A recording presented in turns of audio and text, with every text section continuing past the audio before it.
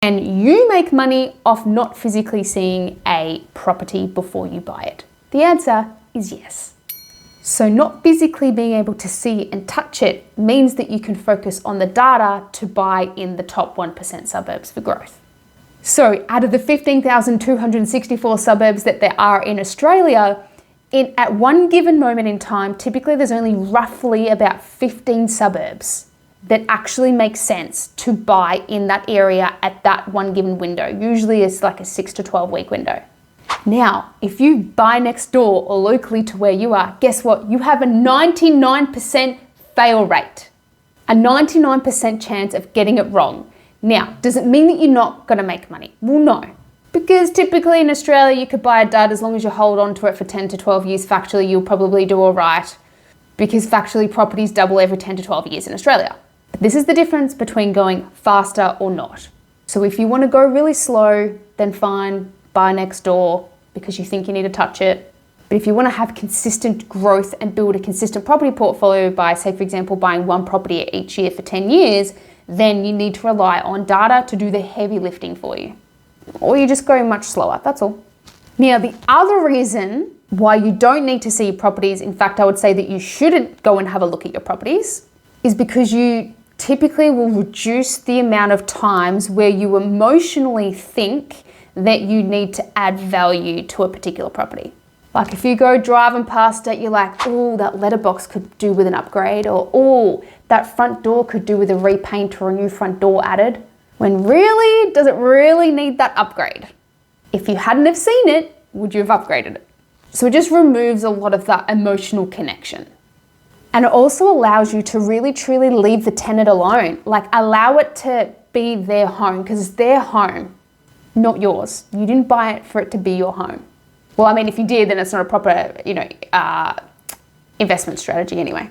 Which is kind of two birds with one stone, because when tenants feel like it's more their home and they feel pretty certain that you are going to keep renewing them, then they're more likely and inclined to want to upgrade the house and keep the property well maintained themselves.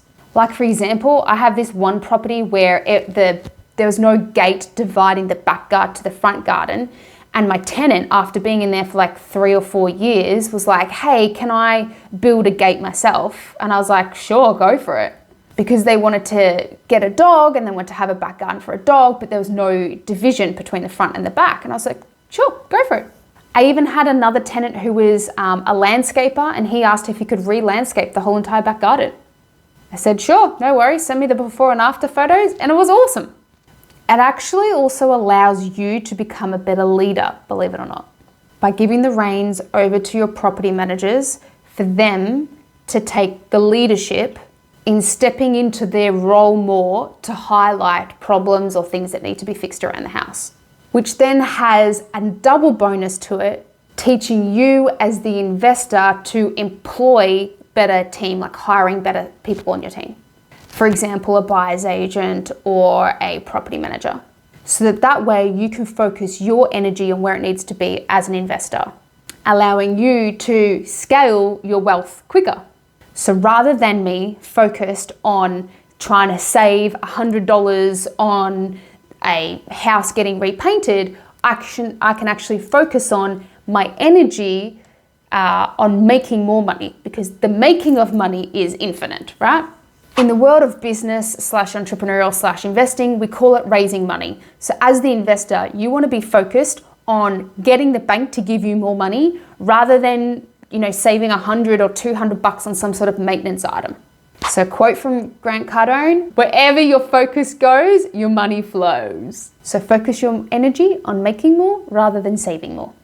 And then the third massive impact to this, and then you as the investor, you end up getting a higher ROI on your life in general, because it becomes more passive when you allow your team to step into their role and do the thing that they are good at doing. So they're good at finding the top 1% suburbs for growth. They're good at going to get quotes for maintenance bills. So for me personally, in fact, I try and find properties that I can't see or touch or drive past it. Makes me a smarter investor. So if you want more tips like this, click the link in my bio to sign up to my newsletter, where I have a bunch more tips and tricks that I send out each week.